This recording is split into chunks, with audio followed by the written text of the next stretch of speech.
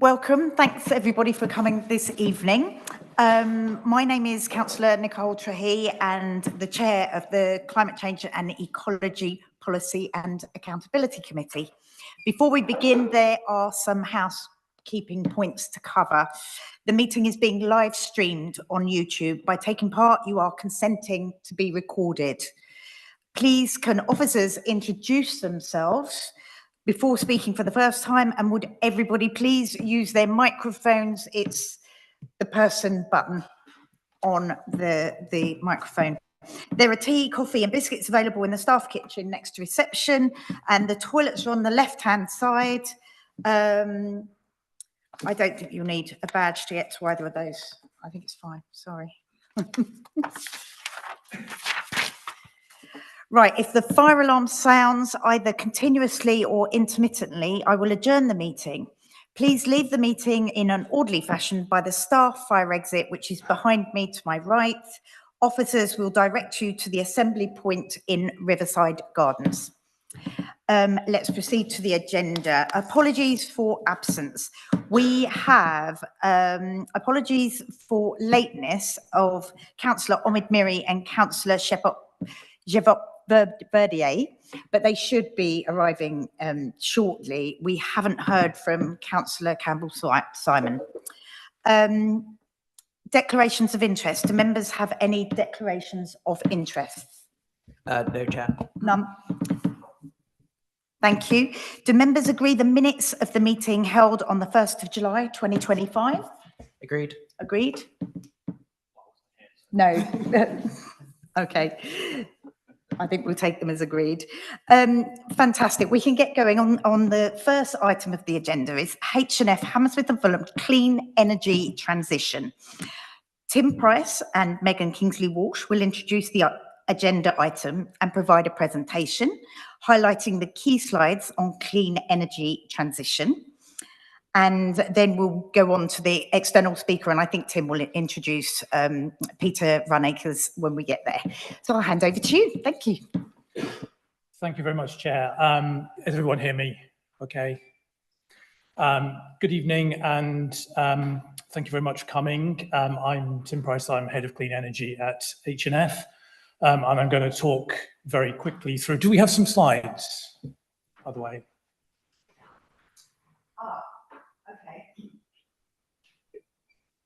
Because I do send some over. Yes. Can we put them on the screen?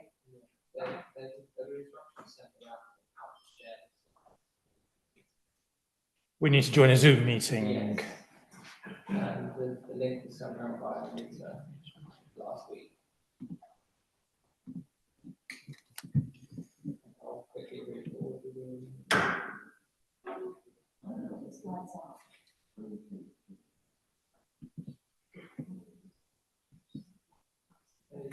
If you've got them up, that would be helpful. Yeah, just to. I mean, I can do it without the slides, but it's going to be better with them.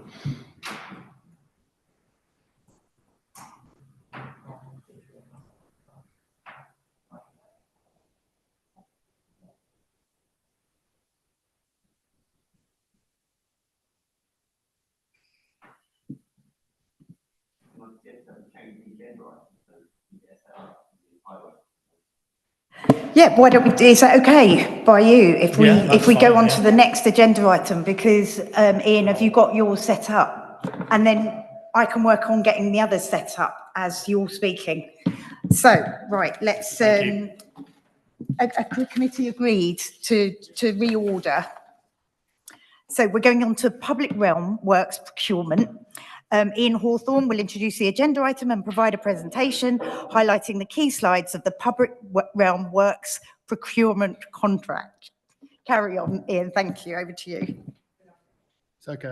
I have problems saying that as well. Ian Hawthorne, Assistant Director for Highways and Parks. The procurement contract is for public realm. It's a whole council procurement, but this particular presentation is actually on the climate change and the green agenda that we want our contractors to be able to deliver for us. Jamie Ord and Liz Sellis is going to present for us. They work for Norman Rourke Prime, who are consultants who are helping us, and I'll pass over to Jamie to do the presentation. Okay, thank you, Chair. I'm just going to try and share this, so hopefully this works as well. I don't know if it will. Trying to follow the instructions here. Start your slideshow as normal. Okay. Is this sharing? I've joined the Zoom meeting, yeah.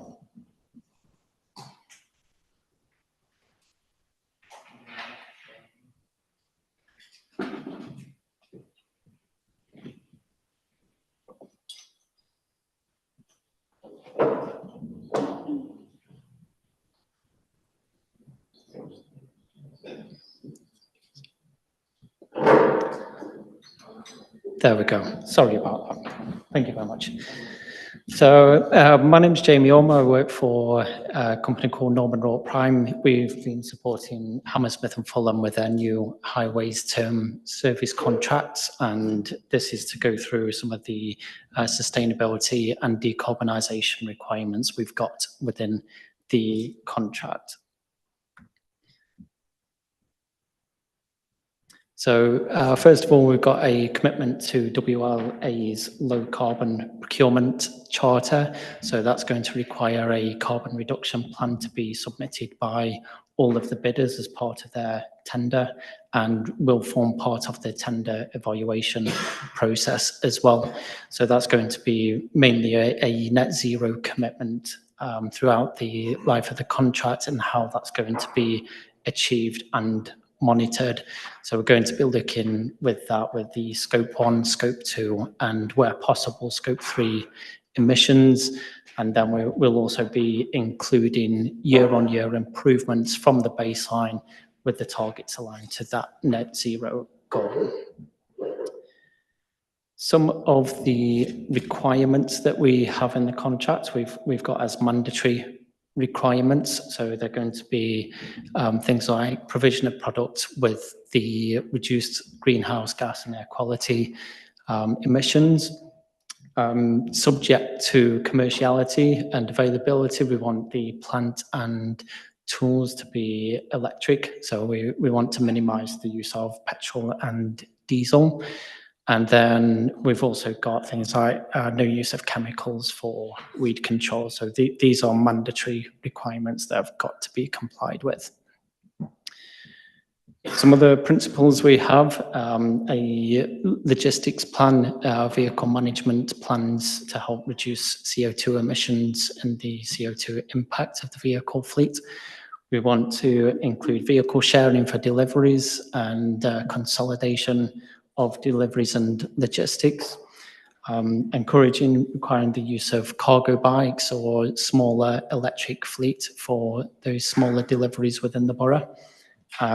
Use of hybrid electric vehicles, HVO, and within the logistics, a waste management plan, including anticipated waste, reuse, recycling strategies, and full duty of care documentation. We've got adopting PAS 2080 requirements and embedded carbon management into all stages of a project life cycle. We want re-ratings of very good or above for steel, cement, and aggregates. And also we've got options for low carbon materials, energy efficient equipment, and innovative solutions as well. Where we have subcontractors, we don't want there to be any disconnect between the requirements of a contractor and a subcontractor. So we're going to make sure that every subcontractor that is used as well, they all have the practical measures to reduce the CO2 impact of their vehicle fleets. They also need their waste reduction monitoring and circular economy practices, and also make sure that they are demonstrating their active efforts for data provisions for embedded carbon reduction as well. Just got a slide on some of the street lighting requirements as well. So demonstrating the alignment with energy efficient street lighting program. Options of low lighting solutions such as LEDs, dimming, timed switches, IP rating, IP67 for the temporary immersion in water, and then wind resistance, so being able to withstand wind speeds of up to 145 kilometers an hour or 90 miles per hour. Within the contract, and we do have different lots within the contract, so each lot will have its own specific set of KPIs depending on what works are being carried out under each lot. But as an example of some of those climate change KPIs that we will have, it's percentage of sustainable source materials, the percentage of products and resources with low embodied carbon, the percentage of embodied carbon reductions in CO2 emissions against the baseline, and then percentage savings in CO2 emissions achieved through decarbonisation compared to a business as usual situation. We have KPIs around energy efficiency, so that's the energy and water efficiency during construction, and carbon reductions through energy efficient measures or renewables. Oh, I think I've skipped one there. There we go. Carbon emissions, so some KPIs around the reductions in Scope 1, Scope 2 and Scope 3 carbon emissions. KPIs around waste management, so the amount of waste reused or recycled, the amount of waste diverted from landfill, percentage of hazardous waste disposed of correctly or efficiently, and then the percentage of those hard to recycle waste elements that are diverted from landfill or incineration. And then also KPIs around the behaviour and supplier development, so the requirements or support for suppliers to demonstrate climate change, carbon reduction training for all staff. Through the contract, we want to make sure there's very clear monitoring, reporting and accountability for the contractors. So we've come up with a process for monthly reporting of carbon and carbon intensity as a per £10,000 spend, and provision of carbon data for all the works that take place, including travel to and from site, fuel energy use from all the equipment and their fleet that are used, the materials, chemicals used during maintenance activities, and then the waste generated from maintenance activities. Also want to have reported the number of instances compensating or removing any of those hard to decarbonise products and services. Bit of innovation, so we don't want just to go out to tender with the current contract and that's it for the next number of years. So we are bringing in innovation requirements throughout the contract, and some examples got listed there on the slide. So trialling new and low carbon technologies, both in terms of the construction method and techniques. One, sharing lessons and best practice throughout the supply chain and within the community, and then participating in joint pilots and trials for innovation with the council. And then final slide that I've got, just in terms of non-compliance. So if the contractor decides not to do any of them things, which I'm sure they won't, because you're going to get a really good contractor, I'm sure of it. So we do have corrective action plans to be submitted if any of those KPIs aren't being met. And that's a plan to be submitted to the council in terms of how they are going to rectify that and bring it up to the required level of performance.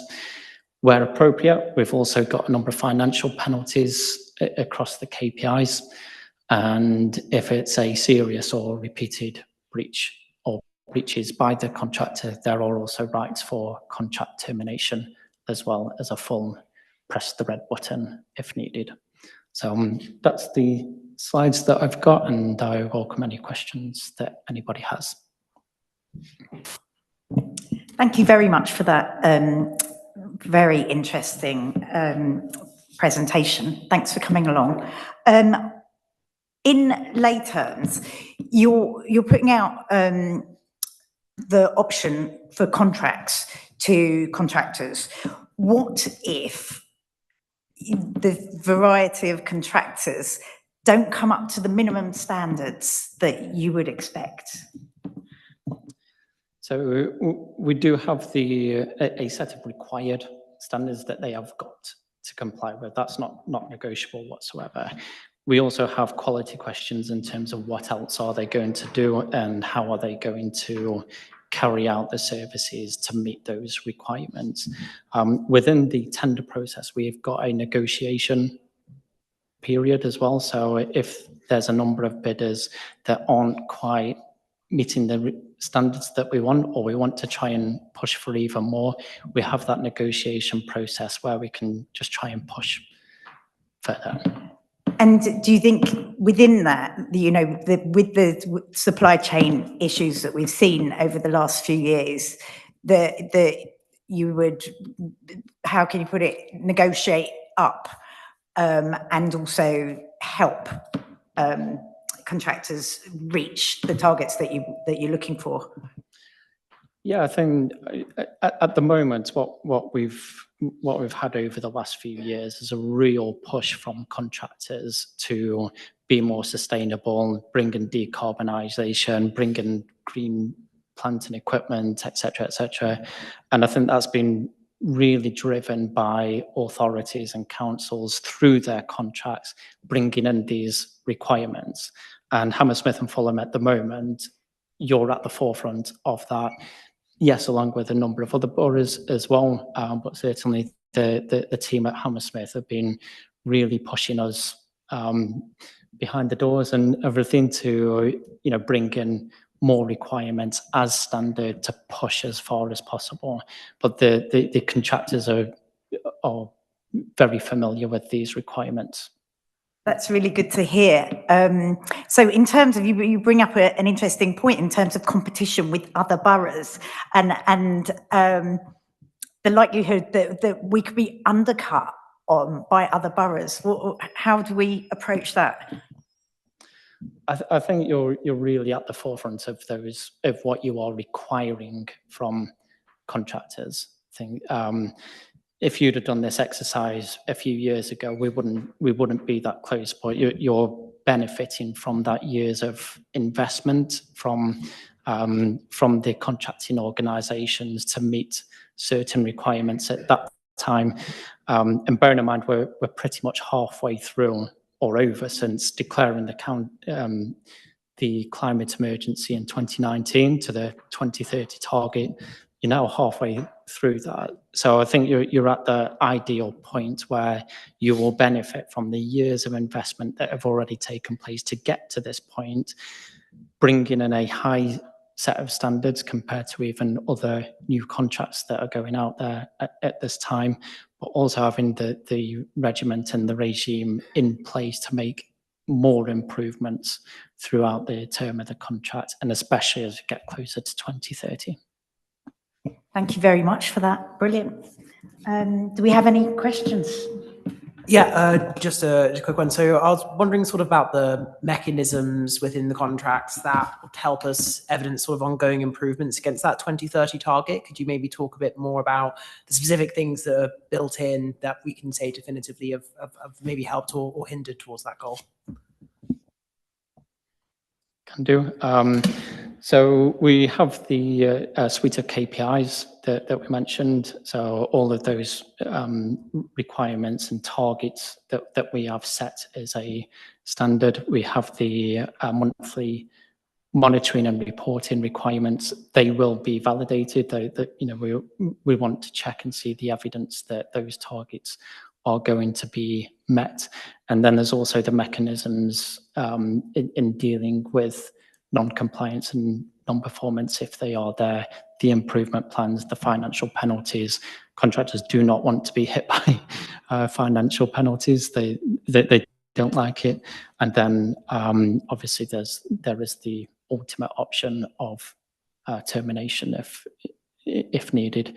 But the month that regular reporting is getting quite a high standard compared to other authorities.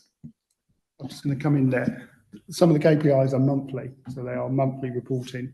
It's very difficult to get away from that monthly reporting of KPIs on climate change, but other aspects as well. So there are a whole series of climate changes on there. There are 6 lots in the contract.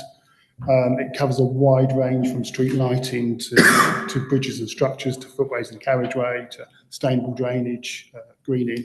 But those KPIs are monthly. The contractor is expected to meet those KPIs each month and provide a dashboard as well as say how well they're doing that. In terms of the industry in terms of highway construction has moved a long way in terms of climate change. In fact, there will be no problem with us asking for their climate change plan, their adaptation plan.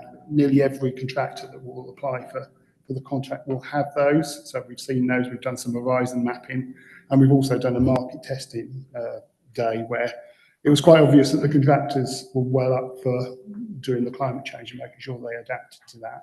And actually it's in their interest. So we've seen huge amounts of movement. So permeable asphalt, which about 5 years ago was not being used at all, that is now a regular use. In fact, we're using it in Wood Lane at the moment. So you've got mile-long cycle lane, all with permeable asphalt. So a great mitigation for flood risk. So those KPIs will be challenging each month. And so there'll be a dashboard in place to do that. So we will keep them on their toes. But to be honest, the contractors are kind of with us in this journey anyway. Thank you. Councillor Nimmer. Yeah, just a quick follow on, I suppose, is I wonder if you could speak to the tension between how the sort of if we have very stringent requirements here for the contracts, which is obviously good, but I wonder how much sort of appetite for risk is built in. Sort of would you speak to how maybe that interacts with encouraging innovation potentially, and I don't know how can we encourage the innovation with what we're doing if maybe that carries the risk of underperformance. Yeah, sure. So, I mean, generally contractors have always got to price in some element of risk in terms of their prices anyway. We can't get away with that. I think what is the most valuable thing is we are identifying what those risk elements are that contractors have got to be aware of. I don't think that stifles innovation at all. Kind of, you mentioned the desire and will from contracting organisations to be more efficient, to be, the first company to use a lower carbon product. It's a big thing for them. So we do have those innovation requirements anyway.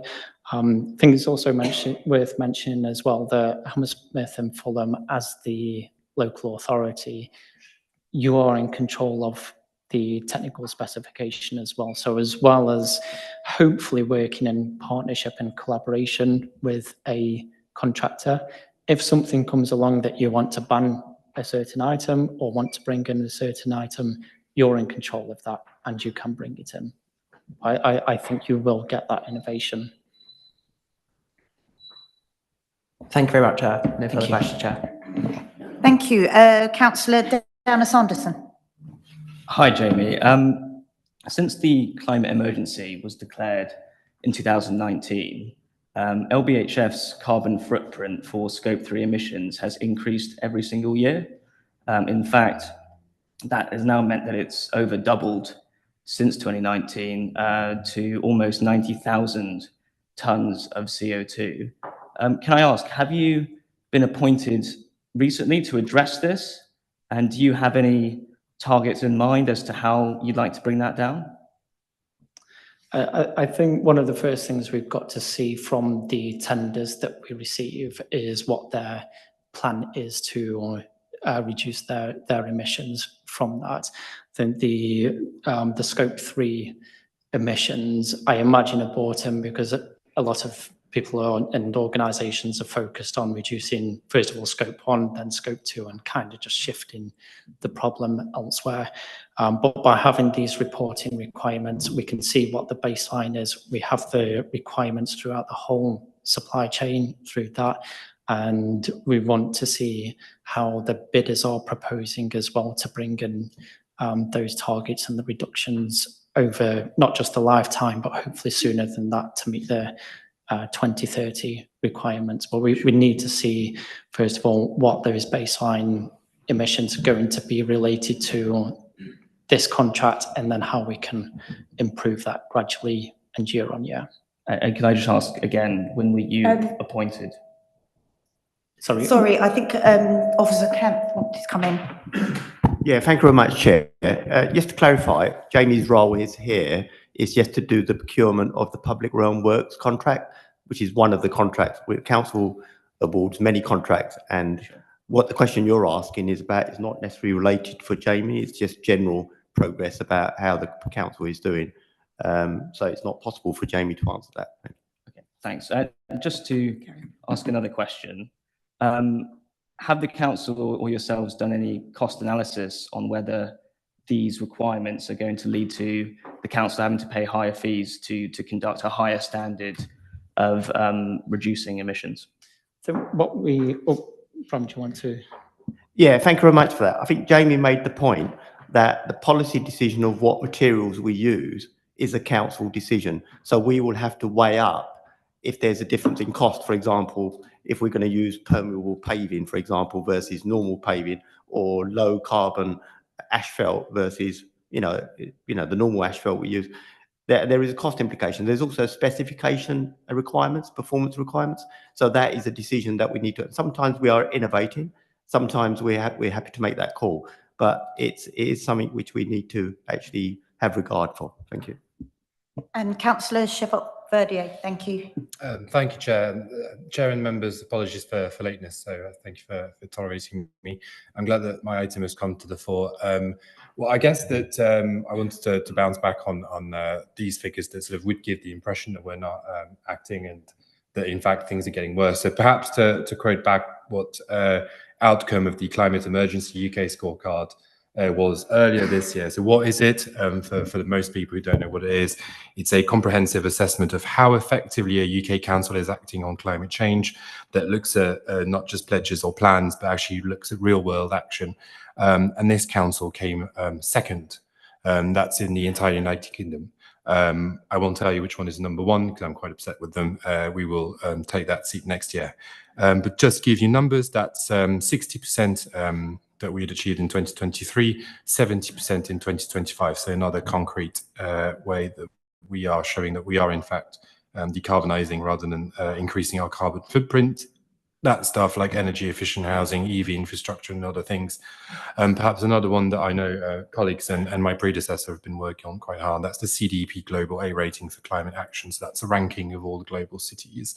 Again, LBHF, we're not a city, but nonetheless ranked amongst the world's best for carbon disclosure project.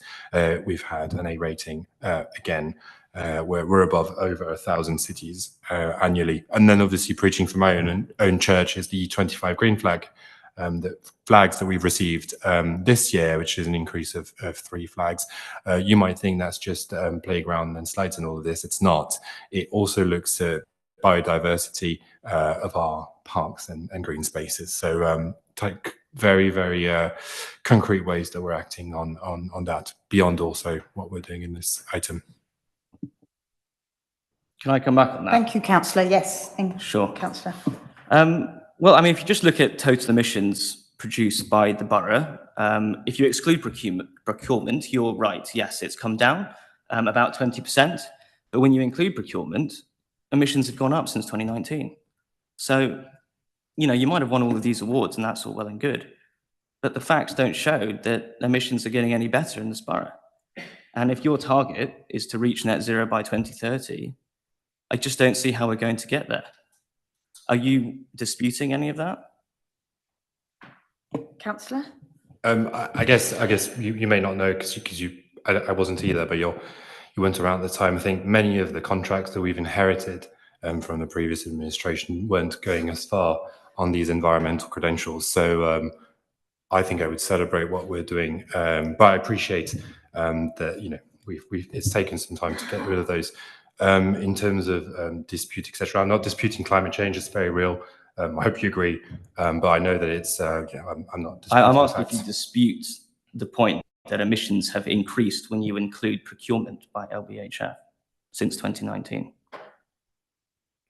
So, I don't know if that's come on up. Can I hand over to Officer Mehta? Yes. Hi, Hinesh Mehta, Assistant Director for Climate and Transport. Without going into the vast world of Scope 3 emissions, because we could be here for the rest of the week, what we published is, excluding the Council's procurement footprint, Scope 3 emissions have decreased by 18% between 2019 and 2024. There is a lot more detail behind that, which we can send through via email or something separately after this. Borough-wide emissions may have increased overall, and that might be in correlation with the growth of the borough, the growth of London, growth of the country. But generally, our carbon footprint as an organisation for which we have direct control over has decreased over that time period. Yeah, so I don't dispute that. And in the way the council measures net zero is based on what council buildings and council vehicles produce, and that has come down about 20%. But I mean, that's still a long way to getting to net zero. That's 20% over 5 years. And we've got another, 5 years until 2030? So you'd have to increase your rate by 4 times. And that's still ignoring the fact that procurement, which the council is still responsible for, has gone up by over 2 times. Anyway, I don't want to take away from the purpose of this committee meeting. So I don't want to necessarily keep going down this train, but I just wanted to make that point. Yes, I mean, in general, though, I think what Jamie Orme was saying about the new procurement is that all of these KPIs are built into new contracts. So the contractors are being asked to step up each time a new contract is given. The KPIs are higher, stronger, more robust, and we have 28 days notifications, we've got financial penalties, we've got contract termination if they can't reach these targets. So I think we can only look at going forward on numbers. Yeah. We can't be looking so far, always backwards. I think it's really important that this work is being done on the contracts that we are going to, and the questions that we've asked about what other boroughs are doing and how we're in competition with other boroughs, and the comments on innovation and pushing innovation, I think really relevant, because we know there is certain inbuilt carbon in everything we do, and it's mitigating those, bringing those down as much as possible. Yeah. And as we say, Scope 1 and 2 are far more within our control. Scope 3, I mean, quite a lot of the discussions over the months of these committees have been about communication, and Scope 3 is very much about behaviour change, and a lot of that we're working on as well. But each committee is looking at a different area. I think when we come on particularly to the energy presentation that's going to come next, I think it's really evident at how the borough is moving forward in a really innovative way. So yes, any further comments from the committee? Any questions? Would you like to come back on any of that? I would just say in terms of you asked about a potential cost increase as well. As an organisation, NRP, we've supported a number of other boroughs doing their term service contracts within Greater London over the last number of years as well. And it's always been a question come up in terms of, is this going to lead to higher rates? And because of course, if rates increase, then you're fixing less potholes, you're fixing less defects, you're renewing fewer carriageways and footways. What we've not seen is that big step up in costs when you go through those tender exercises.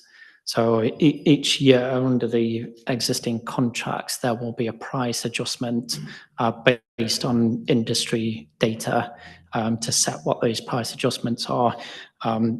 They are typically the new rates that will come in. They are typically still there or thereabouts. It's a very competitive market out there between contractors. Sure, thank you. Thank you. I would like to welcome members of the public that have come this evening. And would anyone like to ask any questions on this procurement issue? We've got a speakers table. If you'd like to come up and introduce yourself, the microphone button is the little person and it goes green. Hello, hi. My name is Gauthier Well. First, thank you for the new setting. It feels more welcoming and inclusive, so thank you for that. We also welcome the new public realm works procurement, especially its climate focus. My question, there are certain KPIs related to transport, and I wanted to know how does this align with the draft transport strategy, and also when will the transport strategy consultation open? Thank you.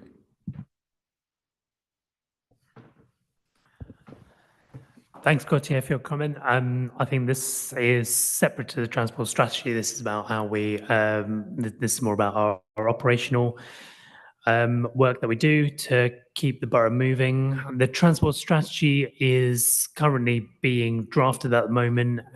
There isn't no timeframe at the moment for public consultation. It's kind of work that's ongoing in the background at the moment.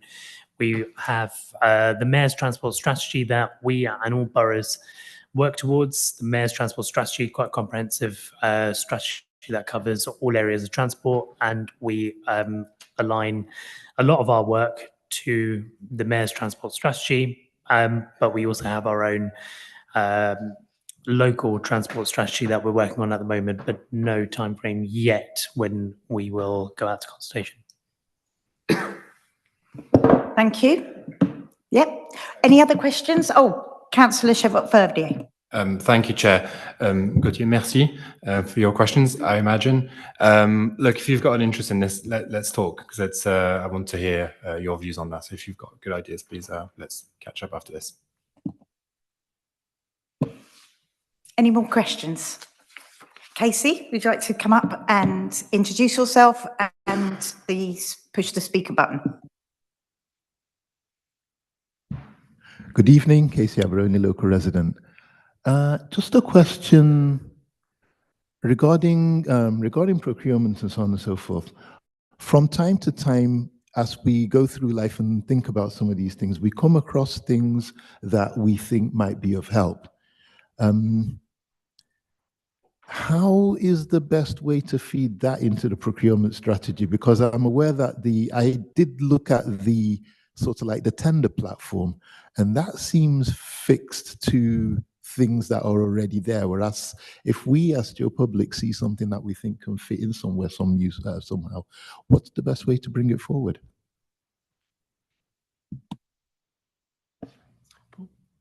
Yeah, thank you very much for that. My experience is that when we've got new ideas, our conversations that we have with regular progress meetings, monthly meetings with the contractor, it's up to us to steer that conversation. At the end of the day, the contractors are there to deliver what the council wants in terms of services. So there's absolutely no reason. What you might have to do is negotiate a new price or a new change or a variation order to the service, but it's not a problem to deal with change as it happens. No contract is fixed in stone. So. Cabinet member for the public realm. Thank you, Chair. Well, same answer. I'd love to hear your views. You know, if you've got ideas, just send me an email. You're also welcome to come here with ideas and thoughts to talk to us. So anytime. Thank you. Any other questions? Right. Thanks very much for your presentations. It's for the committee to note the presentations noted. Oh. On this piece of the agenda, on procurement, we're then going on to an energy presentation. If it's related to the procurement, you can speak now. After the energy, we'll talk on energy, and then there'll be an open session at the end. Yep. Thank you. Noted. Right, on to the next item on the agenda.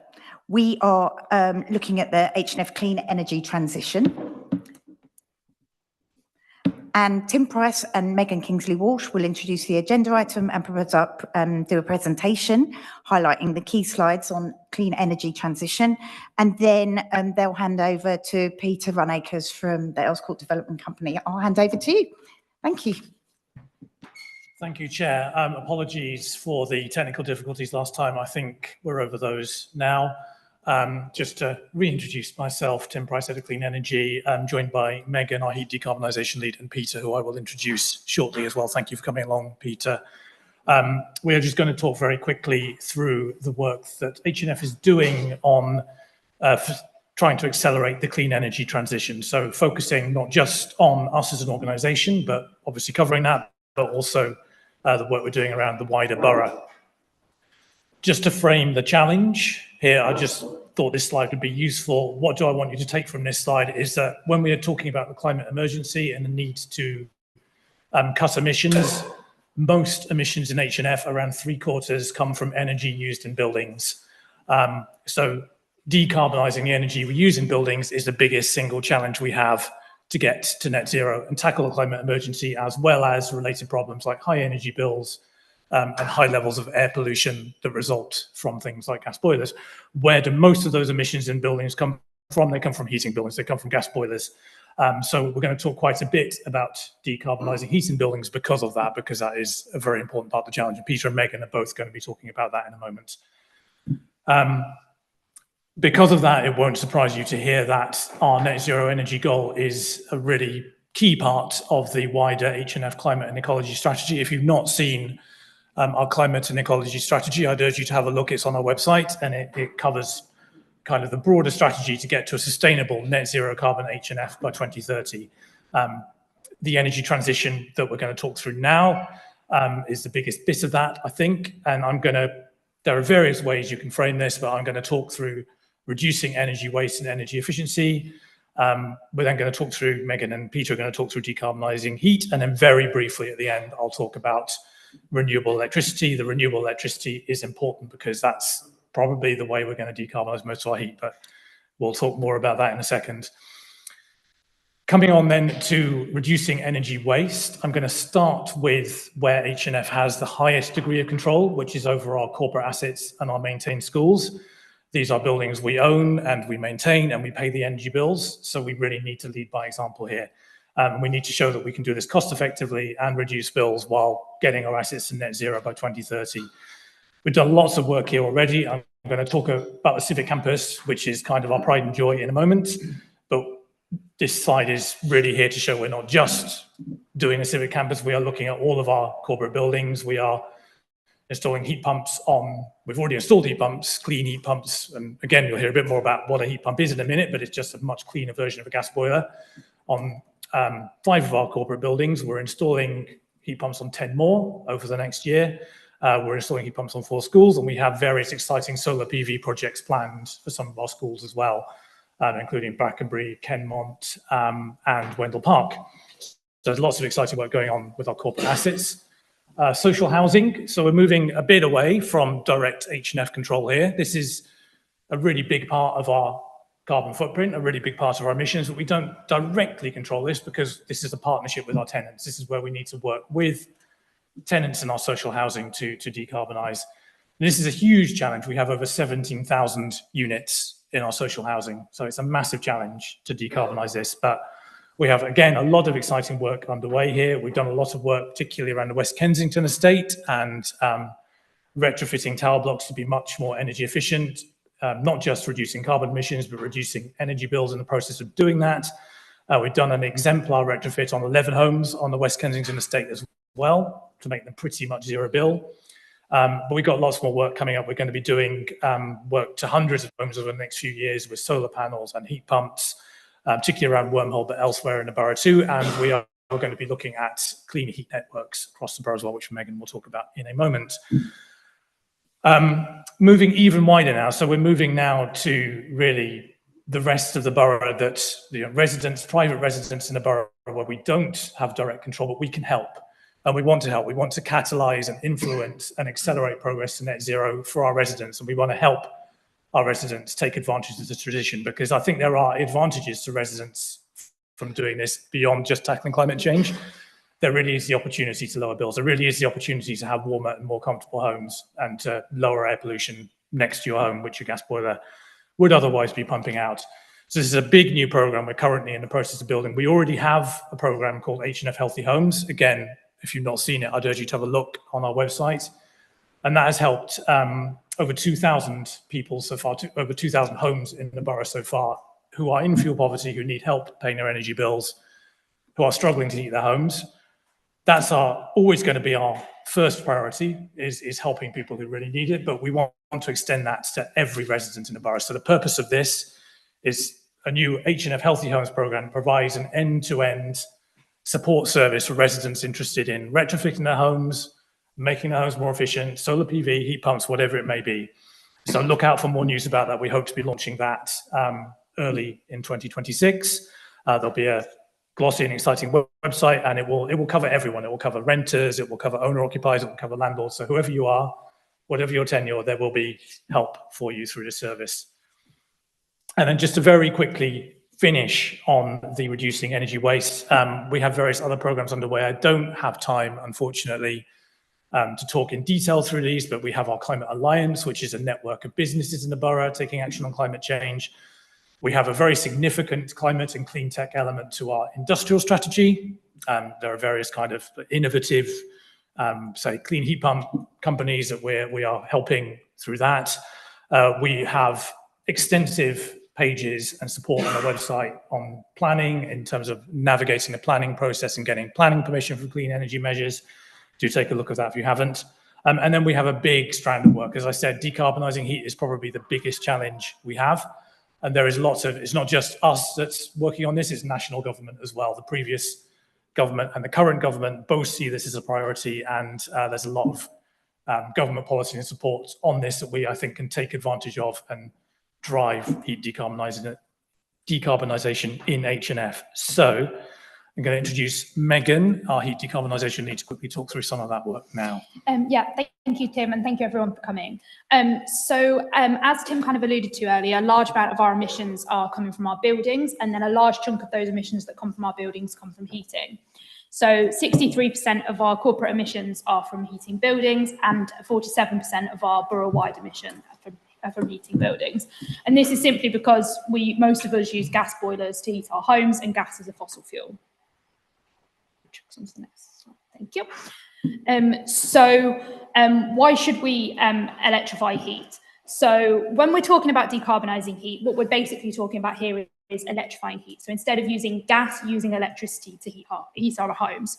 So gas is a fossil fuel, it's very carbon intensive, but electricity is increasingly getting cleaner and being generated more from renewable sources. So the graph you can see on the screen just kind of shows the components of where electricity kind of comes from and how that's changed. So back in 2008, when the Climate Change Act was first becoming law, by far most of our electricity came from coal and gas. This has kind of slowly been kind of phasing out, and now we're at a point where barely a third of ours kind of comes from this, and a large chunk of our energy is coming from renewable sources. So this is great when it comes to emissions, but this is also great because the solar panels and wind turbines that we're using to generate the electricity are getting cheaper. We're getting better at building them, we're getting better at making them bigger, and therefore it's becoming cheaper. The other thing when it comes to heating with electricity rather than gas is, as kind of Peter will talk about a little bit more, when we're talking about this, we're mainly talking about heat pumps, and heat pumps are a lot more efficient than gas boilers, so around 300% efficient. So we're using less energy as well as cleaner energy. So the benefits of electrifying heat. So as I think we've kind of all kind of honed in on, there's obviously less carbon. There's less carbon when we're using electricity, and as we shift towards more renewable sources, that's just going to keep getting better and better.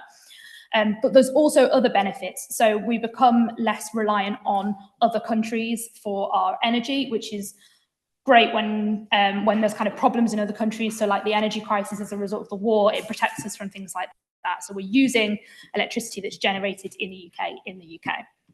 Another really big opportunity here is helping to balance the grid. So what this basically means is we can only, if we're using solar panels, we can only really generate energy when it's sunny. So what we need to do is use batteries to store that energy to then use it when we need to use it.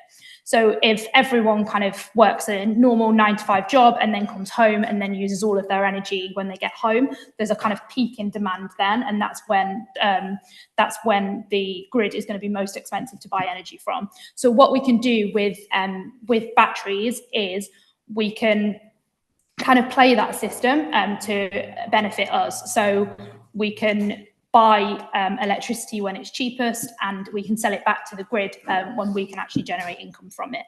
And this works on an individual home basis. So homes with kind of heat pumps, battery and solar panels can do this all kind of themselves. But this model works best when we have different types of users on the system. So we have schools that use energy in the daytime and homes that tend to use them in the evening. And this kind of diversity really helps this, which leads us on to heat networks. So instead of having individual heat pumps, we can have kind of larger heat pumps that are more efficient and use up less space, which is obviously really key, particularly in London, particularly in H&F. And this also allows us to take advantage of other sources of heat that we otherwise wouldn't. So for example, waste heat, which is, as it says, heat that would otherwise be wasted. So for example, from data centers. So as we all use a lot more IT now and things like AI and things, you might have heard about how much energy that uses, and that produces a lot of heat which would otherwise be wasted but can be utilized when we're talking about heat networks. So in terms of the work we've done so far in H&F on heat networks, the map that you can see is from a piece of work called the Cross-Borough Energy Master Plan. So this is looking at ourselves and Kensington and Chelsea, and identifying the key opportunities for where heat networks would work best. So in the simplest form, this is going to be places where there's a large demand for heat in a small area. So from these kind of key areas, the job now is, this is the dream, these are the big strategic networks we want, but we need to somehow start and actually develop these. So one of the areas on here is around Hammersmith Town Centre. So we've already got the Civic Campus, which Tim will talk about in a bit, which comes in that area. But we're also looking at some of our other social housing as a place to start, to build out other networks that can then ultimately connect into that.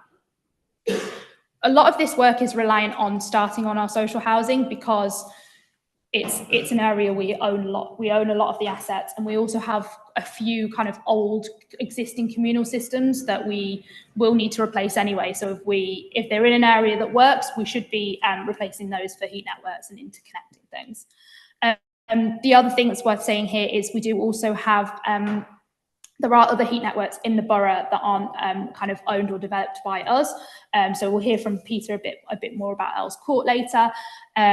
But also around the kind of White City area, around like Television Centre and stuff, we have some networks there. So we are also looking at our estate at White City as well, and if that could potentially connect into those existing networks to build out this map, so from all the different kind of places. Clean heat is a strategic opportunity for us in H&F.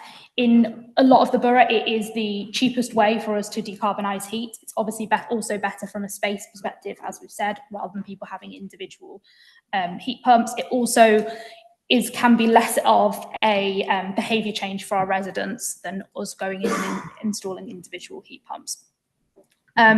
So heat networks are supported by the UK government. So it's not just an idea that I've come up with today and kind of pitching, but there's already 3% of UK's heat is coming from heat networks, and the aim is for that to be 20% by 2050. There's new regulation called heat network zoning, which is basically the central government identifying areas where they think heat network is going to be the cheapest way to decarbonise and really supporting people to develop heat networks in these areas. It will give people more control and just kind of get rid of some of the barriers around that. There's also a lot of government funding. So we've already received funding for the Civic Campus. We've also received some funding looking at feasibility for some of our estates, so looking if it will work and doing all that kind of background work. And we've put in a couple of more applications recently. The UK government has committed £100 million of funding for heat networks in 2025, and this just keeps going up year on year. So it's not just something that we're saying, it's already supported by central government, and it's definitely the direction we're going. So now I'll pass over to Tim to talk a bit about the work that's happened on the Civic Campus. So yeah, just thank you, Megan. Very briefly, just to talk about, make this real in the context of H&F.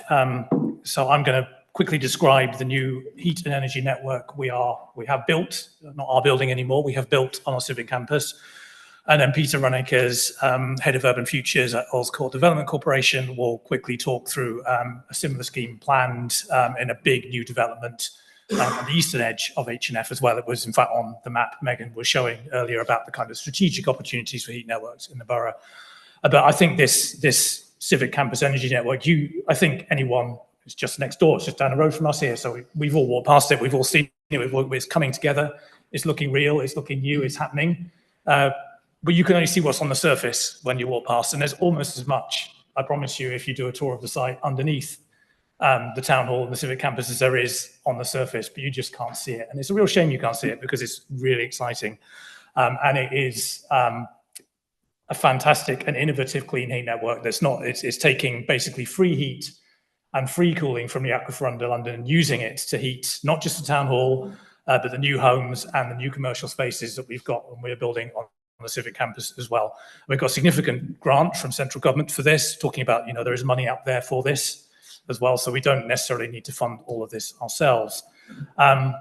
It's taking, to give you kind of a sense of the scale, I said it goes down a long way. It goes down 136 meters.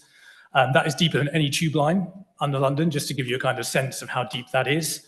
And in fact, it's deeper than the London Eye is tall. So it's a seriously long way under the Civic Campus. And we have two boreholes down there, one of which is taking groundwater out of the aquifer. It's extracting heat, or if it's hot, it's extracting what we call coolth from that. And then it's putting the water back in another borehole back into the aquifer. So we're not draining the aquifer or anything in the process of doing this. We're just taking free energy from the aquifer and then using that via a couple of big heat pumps, big electric clean heat pumps, to then raise that to a useful temperature for heating and hot water. So it's a really clever scheme. There's not very many schemes like this around at the moment. There's quite a lot of air source heat pump type district heat schemes, but this is really quite innovative and quite novel. And there's quite a bit of interest from, we're a member of something called Ecology, which is kind of a global alliance of local governments taking action on climate change. And there's quite a bit of interest from within that society about this scheme. It's got a lot of potential, I think, for replication elsewhere in H&F, elsewhere in London, and indeed elsewhere in the world. These are just a few pictures. I was just talking with Councillor Harcourt earlier about a tour. We've both had a tour of this. It's hard to get a sense of scale, unfortunately, from these slides, but those spaces you're looking at are sort of 2-3 stories high. So these are big, this is big engineering down there. The big kind of silver tanks there are thermal stores. Megan was talking about storage and storing energy when electricity is cheap and clean and abundant, and using it when it's not. So those big silver tanks are a way of doing that.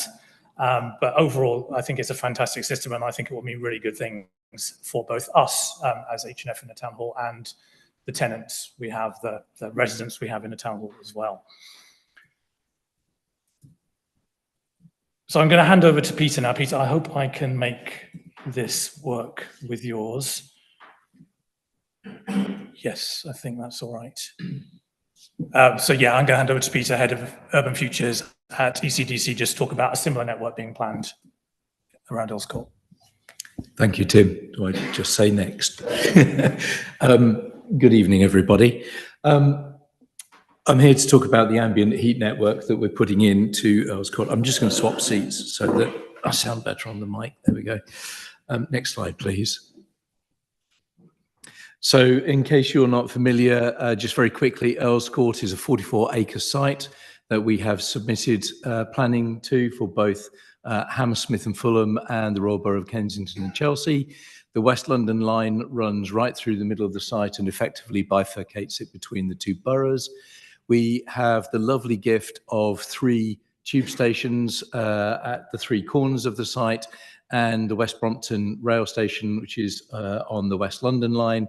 I'd like you to remember the Mopac Tower. Most people know it anyway, but just bear in mind the Mopac Tower, because I'll come on to why that's important in a minute. But that is the site as it is at the moment. Next slide, please. Innovation at Earls Court has gone on from the very moment it became a site of opportunity back in the 1800s.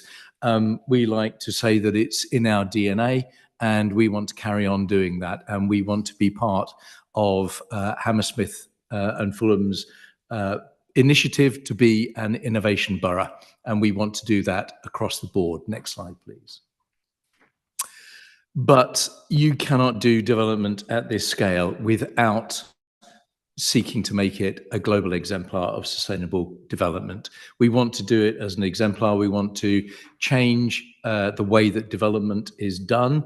And we think there are 3 key areas that we want to focus on: climate resilience and environmental innovation, social responsibility and urban well-being, and lastly, enabling an inclusive and economic prosperity. Those are essentially the 3 triple bottom line as it used to be known in terms of sustainability, and they're all fundamentally interlinked. Next slide, please. So heat pumps, as Tim and Megan have talked about, they're not anything new. They've been around for well over 160 years. Henry Lee there first opened his office when he invented the heat pumps, and I'm still jealous of his facial hair. Next slide, please. They're nothing new. If you have a fridge in your home, which most people do, a heat pump is the way that it works. It sits at the back. It basically keeps your fridge and your freezer cool. You might have noticed the vents at the back of when it's a fitted unit. It gets warm. It actually expels that heat as it uses a phase change material, the refrigerant that sits in the pipework, to transfer, to get the warm air out of your fridge, convert it into cold air, and extract, and just basically expel that warm heat. That's how they work in very simple terms. Next slide, please. You might have seen these all over the place, split units. You see them a lot in America and other places where it's very warm. The image on the left. The image on the right is where you get large groupings of what we call dry air coolers, and they are part of the exhaust and supply system for the heat networks. And I'll come on to ambient heat networks and the heat pumps, and I'll come on to why they're so important. You see them on major office blocks in particular. Next slide, please. So why are they such a fantastic thing? Basically, they take 2 units of energy from the air. We add 1 unit of electricity.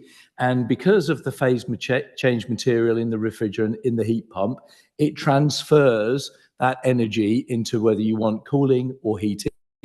And for those 3 units, you get 5 units or more back. And actually, that's a fairly low level of efficiency for a heat pump. Quite often, they could be much greater than that. And any excess energy is actually just then put out to the atmosphere after you've captured and make as much use of it as possible. So essentially, you're getting free energy, which is where the reduction in terms of the carbon footprint is critical, and you only need electricity. You can then utilize the energy either through the cooling or the heating. You can convert it either for radiators, or you can convert it back into electricity. Next slide, please. So they support the drive to net zero through that decarbonisation of our electricity grid. They're helping wean us off of natural gas and other fossil fuels. Regulatory movements within this country are driving us towards electricity over gas, which is a good thing. We need to phase out gas. It is a fossil fuel, but it also is about improving the air quality, especially as we drive towards 2050, where over 70% of the world's populations will be in cities. And actually, you need to help it, reduce that pollution within those cities. This will help organizations, companies, local authorities to reduce their carbon footprints and their energy take. Next slide, please. If I'm going too fast, please, I apologize. So how does the ambient loop work in a simple way? So if you imagine those giant storage tanks that Tim was talking about that sit in the new campus, if you think of those are giant water tanks, like you used to have a hot water storage tank in your home in days of yore. And the ambient loop is basically a big pipe which acts as a storage, water storage unit.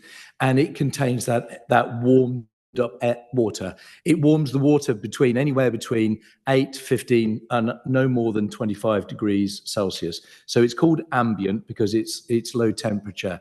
The benefit of that means that you can utilize virtually any energy source and use it in that warm water. You can then take that warm water and you can either upgrade it for use in your buildings by adding, through heating, through electricity, or you can use it for cooling. It effectively creates a giant storage loop in its own right. The air source heat pumps are the ones that provide the energy, that provide that constant temperature in the water. And what we're going to do is we're going to have a series of giant storage tanks in the same way that Tim has talked about at the campus to store some of that water, because we don't need just the pipe that goes around, we need some big storage tanks. So next slide, please. So what we can then do, and I greatly laud what Hammersmith and Fulham has done at the campus, we can then add on new technologies, new ideas like water source or ground source heat pumps, as it's known. The one that Hammersmith and Fulham has put in is an open loop. There are things called closed loops, which are basically like giant radiators with pipes on the piling, which you shove into the ground and take heat or cool from the ground as well. I've done those before. Plus also it means that we can capture energy from other sources, and I'll come on to the MOPAC tower in a minute. But what you can see from this diagram, it's trying to show that you take energy from the air source and ground source heat pumps, you store them in the loop or you store them in the tanks, and then you feed it through, and it's hugely efficient. Next slide, please. What have we got at Earl's Court? So when you're doing this at a major scale, how do you make it so that the scheme can be phased over time and provide you with resilience? So at Earl's Court, because it's such a big site, we've got 3 loops, which are for each of the phases. You'll notice that there's one near what we call the West Brompton loop. There's one on RBKC, which is on the Earl's Court loop. And then there's another loop, which is going to be up at the top at the West Ken loop. The blue dots are areas where we're going to have those giant hot water storage tanks, ambient water storage tanks. And for resilience, each of those loops is interlinked. But what that means is we can phase the development. We don't have to build it all in one go. Next slide, please. So future opportunities. The beauty of this system, like I said, because it's using ambient temperature water, we can make the use of virtually any energy source. So it can be waste energy, it can be new ideas, new renewables. We're looking at ways, so the MOPAC tower is basically 4,500 police officers and associated security staff in what is also a very large data center. They have a massive carbon footprint, which the mayor is encouraging them to get down to net zero as quickly as possible. It is 8% of the whole of the Met Police's carbon footprint in one building. Now, they have legacy systems that they are going to struggle to decarbonize.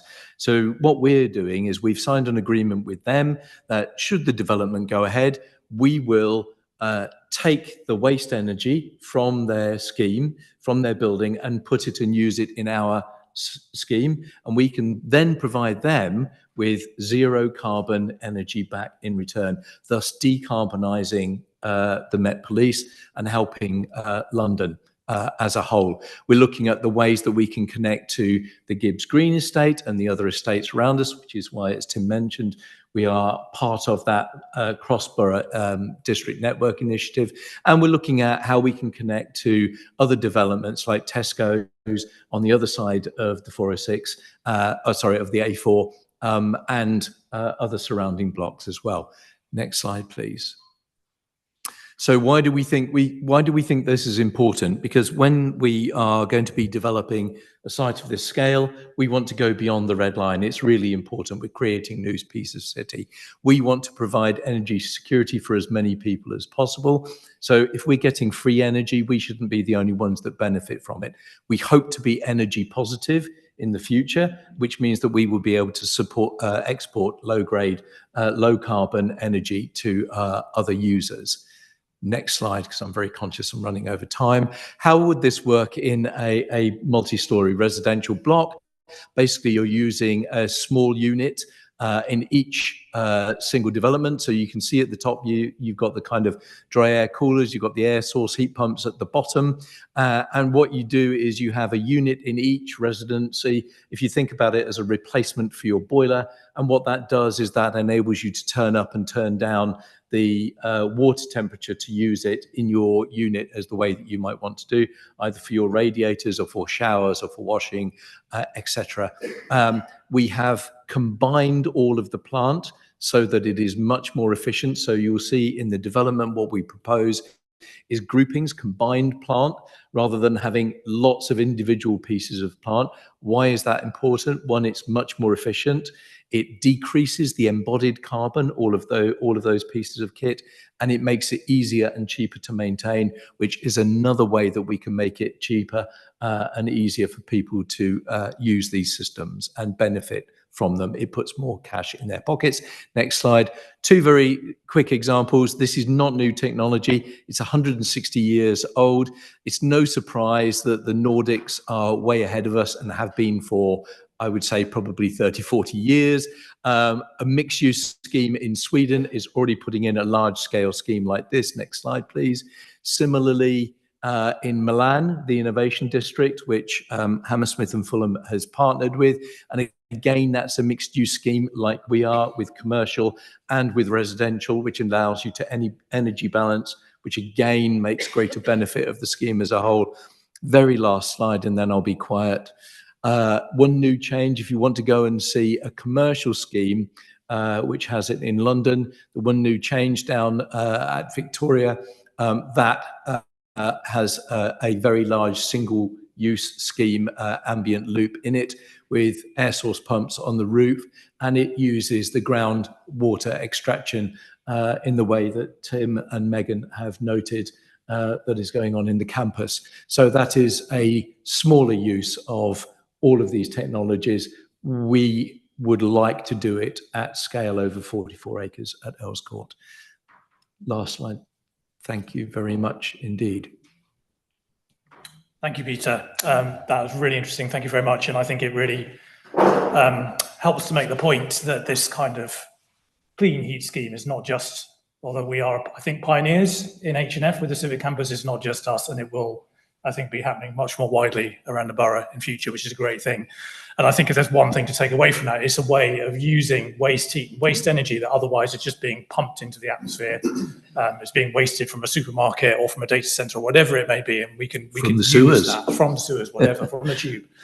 So I'm just going to finish very, very briefly. This is going to be literally 1 minute, talking about renewable electricity. The reason why this is brief is this is happening to a very great extent anyway. As Megan was describing, the electricity grid is getting much, much cleaner. So the electricity we are using in these heat pumps that we want to replace, and these heat networks we want to replace the gas boilers with, is already pretty clean, and it's rapidly getting cleaner.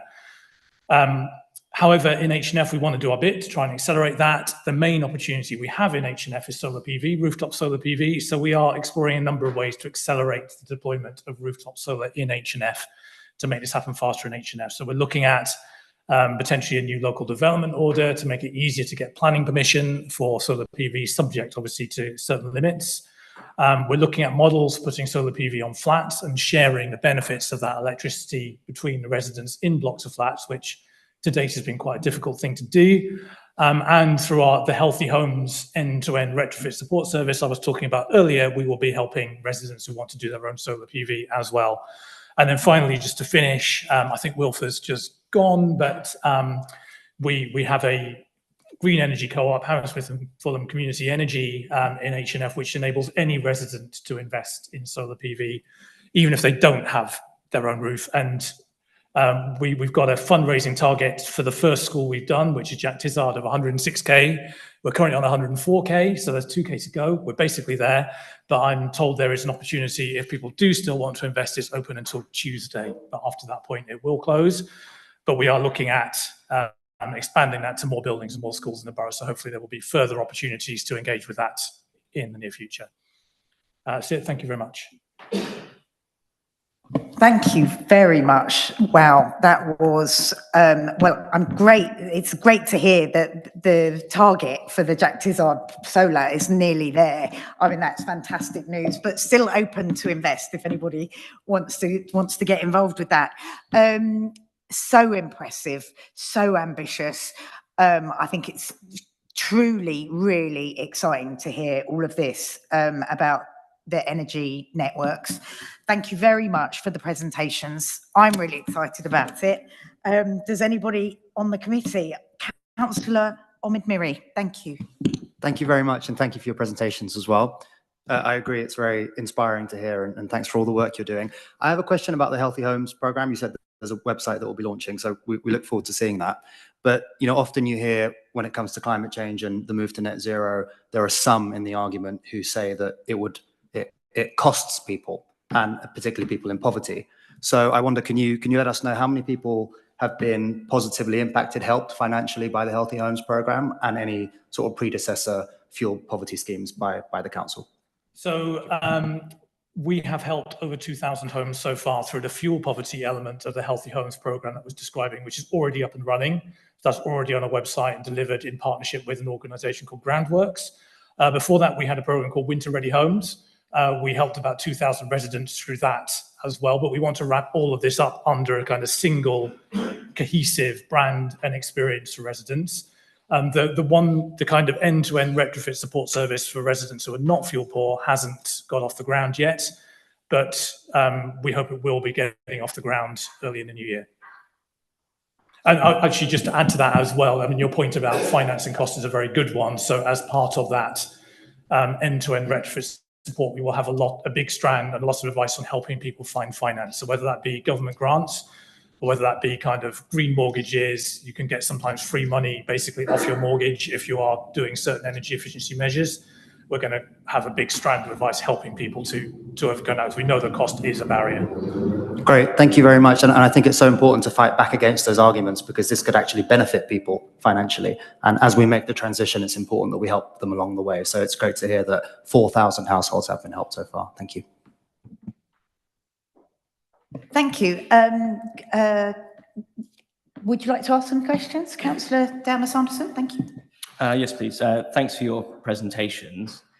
So my understanding was that 546 homes received upgrades in the last 2 years, and that you've got another 516 on the agenda.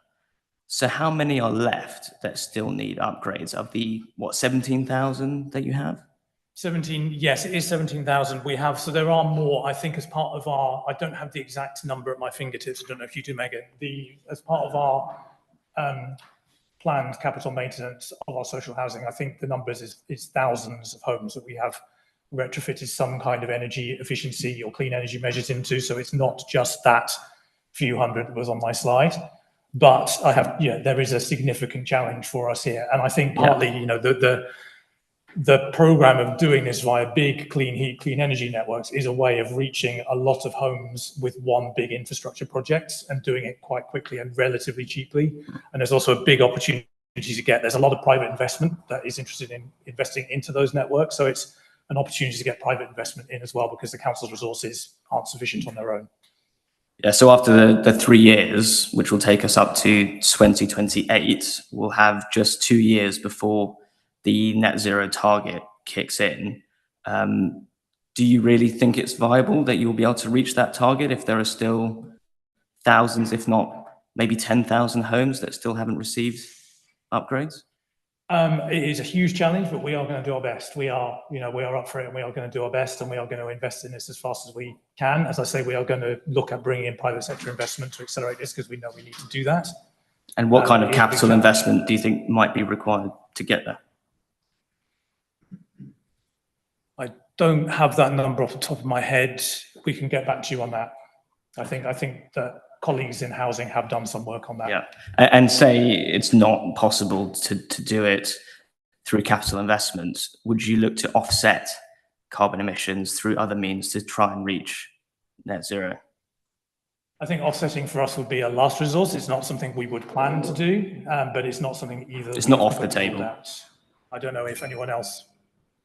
It's not our plan A. Sure. Yeah, thank you very much, Chair. I think Tim raised a key point in his presentation. So a lot of the electricity that we're producing at the present moment is going to be renewable, sustainable, etc., as part of the process. So if it's coming from a wind farm or a solar farm or something like that, you're actually got, clean energy anyway. So if the government moves at pace to do that, you're actually going to make a massive dent towards getting to net zero by 2030 anyway. So. Sure. I mean, my questions just surround whether or not you think it's realistic or it's in your control even that you'll be able to reach net zero as an authority by 2030, or if you think... I think everybody you speak to will say it is a very challenging and ambitious target. We are very much dependent on, we talked about Earls Court development. They're making a massive contribution in terms of, 44 acres? And then you've got government grant funding in relation to that. So we are looking at every opportunity to actually take this forward. The council on its own hasn't got the resources to the scale that would be needed. So you need to actually work with developers, work with the government to actually deliver this target. Thank you. Okay. Can I pass over to Councillor Meary? Thank you so much. And I just want to be clear, and I appreciate this isn't a councillor debate. I don't want to get bogged down in this, but is the councillor suggesting either that we go faster further or that we move the goalposts so that the net zero target is achieved later than 2030? Just to be clear.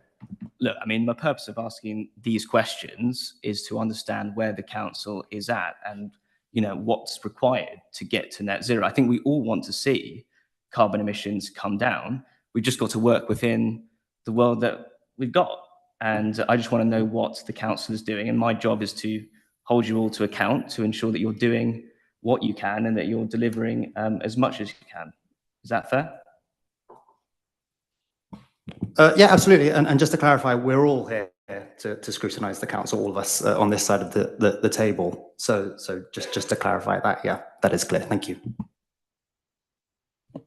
Thank you. Do you know, can I ask a question? It's a little bit of a tangent here, but you're going to have residents in the civic campus and the Earls Court development that really benefit from this. Now, if I'm understanding it right, it's almost like you as the civic campus or the Earls Court, I don't know who wants to answer this, but would literally sell the electricity because you're using a network. You would sell it to residents, but it'd be much cheaper than their regular heating system.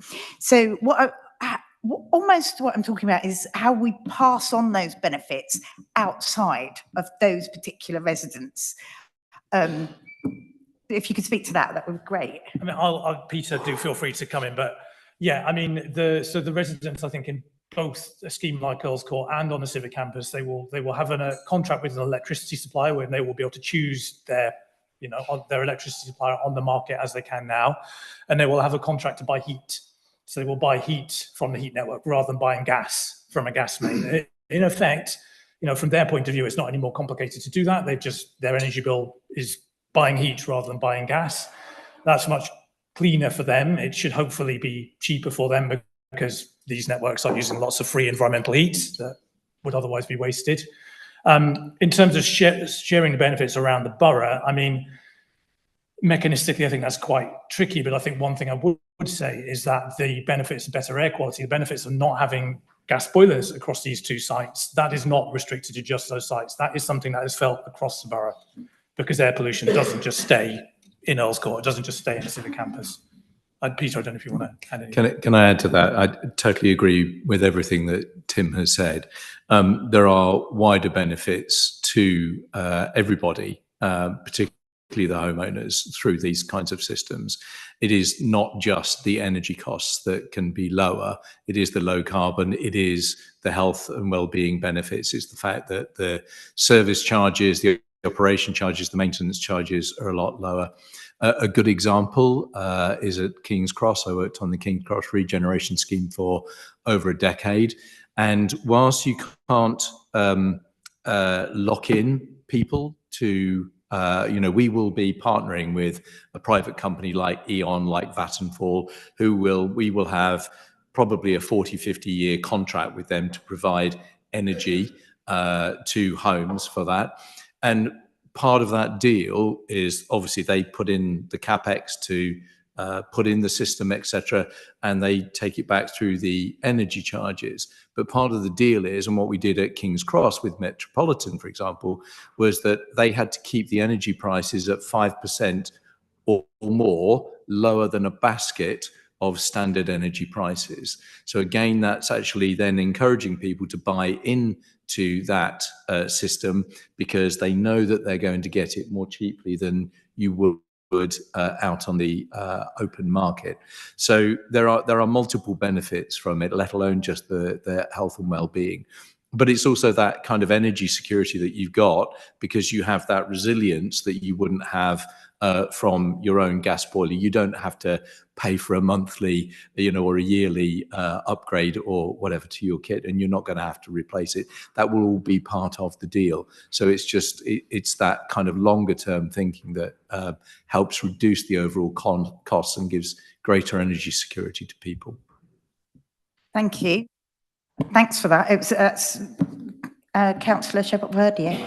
Thank you, Chair. Well, I just wanted to make a general observation as a councillor from West Kensington, because we were heavily featured in the presentation. What a long way we've gone from being sold off to private developers. I imagine that would have otherwise been probably just a wasteland for investors. I'm really proud that we saved the estates, and I'm really proud that that's actually becoming a global case study for decarbonisation and fair energy generation. So well done to everyone who's been involved, because I know I've taken residents through the decarbonisation and the refurb process of the West Kent Towers. I can tell you that makes a huge difference in people's lives. And the Energy Sprong project as well. I mean, we're talking about people having, energy has gone up by so much to actually being able to make a marginal but nonetheless profit from their homes. So really well done. I know to colleagues who have worked on this. This is a multi-departmental program. Housing also was involved, but I know that this winter, lots and lots of people benefit from it. Thank you for that. And Councillor Harcourt. Thank you, Chair. Just a few words about this. Tim mentioned that I'd recently been to see the energy centre at the town hall, the new campus development, which is quite amazing. But that's part of just what I did. Recently, I attended a meeting of all London councils where they're the climate change leads, and we were discussing specifically heat networks. And we looked at the heat networks in places like Denmark and elsewhere, and other councils talked about the heat networks that they've got and various issues they're having. Most of those are gas-fired heat networks that they're talking about. This is what we've got here is new, it's innovative, and not only is it producing heat, it's both heat and cooling, which most of the other heat networks don't do. I also at that same time was privy to a tour of the what's it called, the Bunhill heat energy network in Islington, which extracts heat from the disused tube station. Quite frankly, it's one of the other systems that's around. It is tiny by comparison. I had to take my rucksack off my back before I could get through some of the parts in there. The space we've got in Hammersmith is amazing. And not only that, it's there to be expanded at a later date. And the other thing that you didn't mention, of course, is that I also sit on the OPDC planning committee, and there are loads of data centres being built there. We've given permission, I think it's about 6 at the moment. And part of that work includes, as part of the Section 106 agreements and such like, the capacity to link into a heat network in the future. Now, while part of that's in Ealing, it also will link into the northern part of the borough. We've got all the social housing in my ward in College Park and Old Oak. Yes, these targets that you mentioned, they are challenging. There's no two ways about that. Going to achieve them is going to be difficult, but we've set targets, and without a target, you don't get anywhere. And that's what we've got to do. Our aim is to get there. And I personally don't agree with offsetting. People talk about offsetting. You know, simply if you can afford to pollute or you can afford to make carbon and get away with it. That's not the purpose of it. The purpose of what we're trying to do is actually achieve a difference. Thank you for that. And funnily enough, the particular challenges of Hammersmith and Fulham being such a dense borough might in a way work in our favour on this rather than against us, which sometimes with the lack of space in Hammersmith and Fulham sometimes works against us. Is there any other comments from the committee? I'm going to open it up to the floor. If Megan, come in, please. Yeah, sorry, I just wanted to add one thing really quickly. When you were talking about how we're going to spread the benefit of the heat networks to residents that aren't on the heat networks, I think the one piece we've missed here is around the jobs and the economic growth that will come from heat networks as well, which will be massive for the borough. Just a quick kind of stat that won't just be kind of green jobs. It's estimated that for every kind of 10 green jobs, there's like 92 other jobs. So this is all kind of construction and all types of things, and these are massive opportunities for our residents. Thank you very much. That's well worth hearing. And, you know, hearing about the air quality as well. We had the last PAC looked at air quality and levers to improve air quality. And I think this is one of the really important levers to do that. I'm going to open up to the floor now. Does anyone have any questions generally on the heat networks? Would you like to come up? If you introduce yourself, there's a speaker button. It's the little person and it goes green. Hi, I'm Nikita Crocker and I live in the borough. And I was very impressed by all the developments that are being made at the campus and at Earl's Court. It's very inspirational, so well done. I also just wanted to say how much I appreciate the climate unit within the council. And just as a resident, it's really helpful to have people who want to interact with you. You know, if you have energy, you have commitment, you have passion for the subject. I find that they are always really willing to listen and collaborate. So one of the projects that they're doing is the Energy Champions, and it's using, you know, the passion of residents to speak to other residents and create change, especially on the subject of energy transition. So I think that's a clever way of going about things, and it also helps residents to feel involved and feel part of this transition. So well done on that. I also just wanted to say that although like housing and heating for buildings and stuff is obviously your largest emission base, that I don't want the council to forget or put this on a second sort of priority, the importance of the transport aspect of the borough and the public realm and how visible that is to people as well. We have cycle lanes, which I'm extremely grateful for, but there could be more, first of all. Uxbridge Road, Hammersmith Road, and for example, the one we have on King Street really needs to be, I don't want to make any negative comments because I really appreciate them, but it should maybe be thought about how can we get especially families and children to be on the cycle lane. Currently, I cycle to school every day and back home and around the borough for work. but currently I don't think I would let my children cycle on the cycle lanes. And we need to be bringing people into that public realm and getting people out of their cars. So please don't listen to the kind of voices that have been around in this borough for a long time going Thank you, against. Nikita. If you just want to stay there, I'm going to break that down into two parts. The first one is not ignoring the transport section, and the second bit will be about the cycle lanes. So do you want to take on the not... Sorry, we're just discussing who's going to do what. Not demoting transport. Yeah, okay. I'll talk about a little bit about cycling and cycle lanes.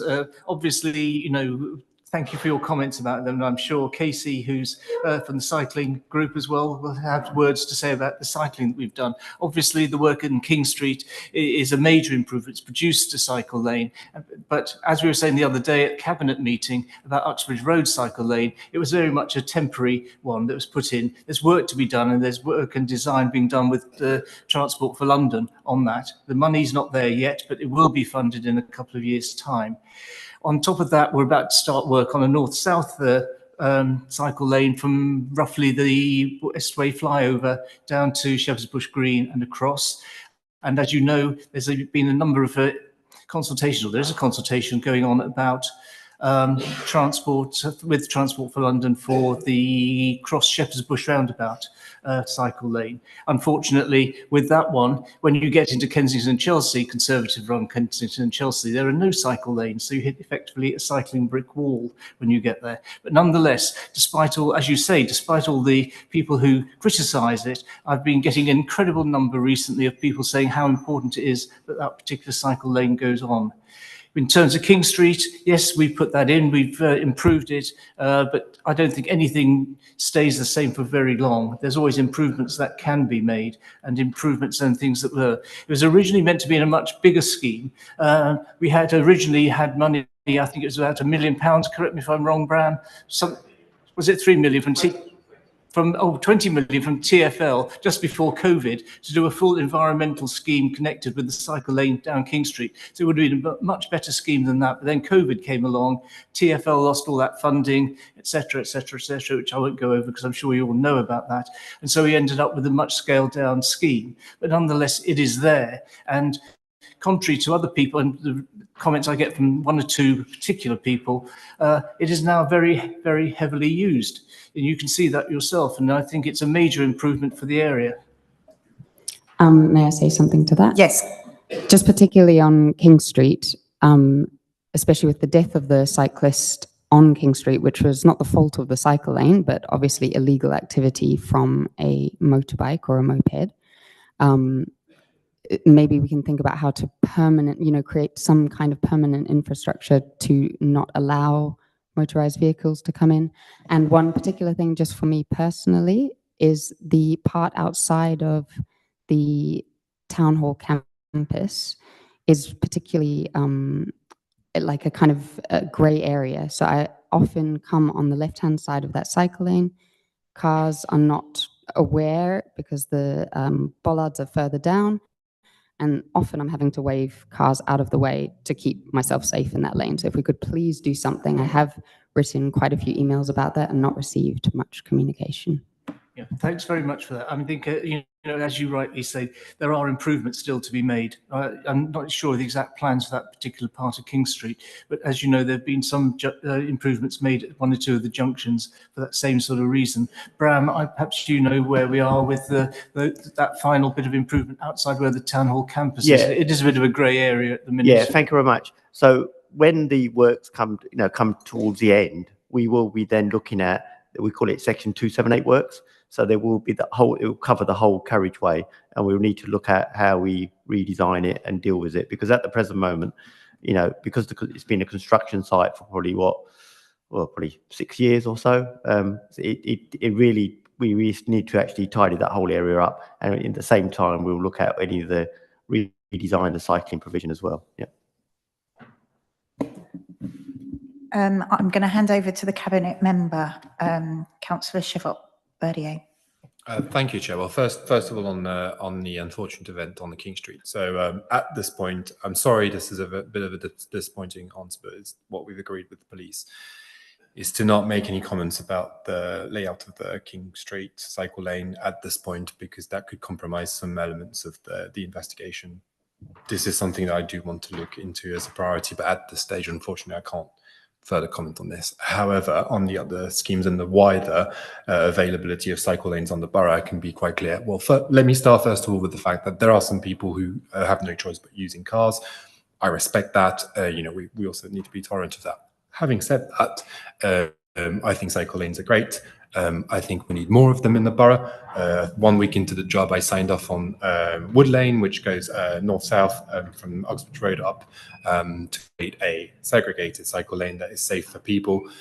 I'm someone who's canvassed a lot in this area, actually, and I can tell you the change of, people say, oh God, this cycle lane is just horrendous. And I just remember going to people's doors who said, actually, you know what, I actually went on it with my grandchild, and it was great because we were safe.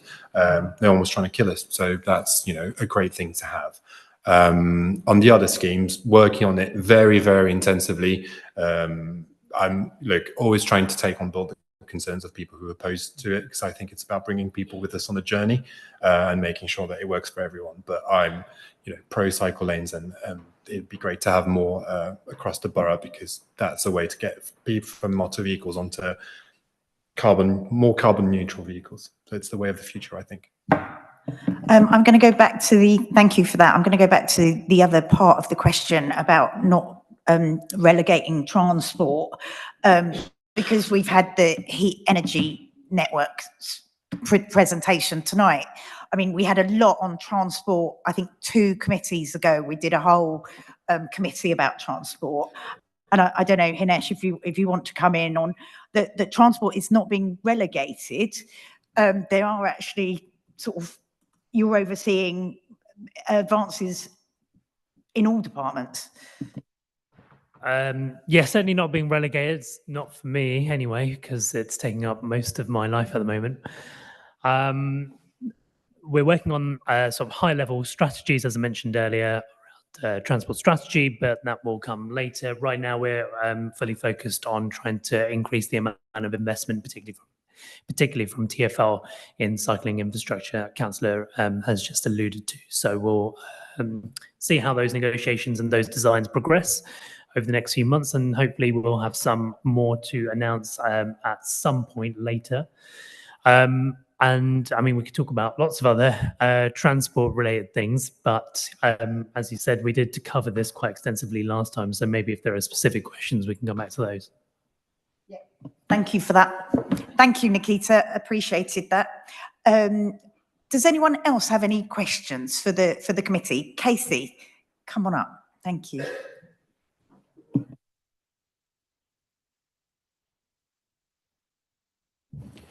Thank you for indulging me again. Casey, how many questions can I ask? Well, if you could ask kind of questions separately, how about we keep it to 2 to begin with and start there? Okay, I'll push for 3. First question, Olympia. So I get around. We've had a lot of input into Earl's Court's development, everything about the design development strategy and so on and so forth. It's really interesting and pleasing to me to hear about this heat energy strategy, because that's something that I haven't actually been involved with, and I've only just briefly heard it mentioned in the way the layout has been designed. But there's a lot of engagement here with Earl's Court, and you have direct involvement over the Hammersmith campus. What's going on with Olympia? Because we don't seem to know or hear anything, and from the way development is going on, including the way it impacts the transport strategy, we don't seem to see anything that I'd say we're going to wave a flag and shout about. I'm looking around the room. I'm going to come back on that, because I think we might have to answer that in writing after the committee, because I don't know, the cabinet member for the public realm might know more, but I think it might be something that we address on email.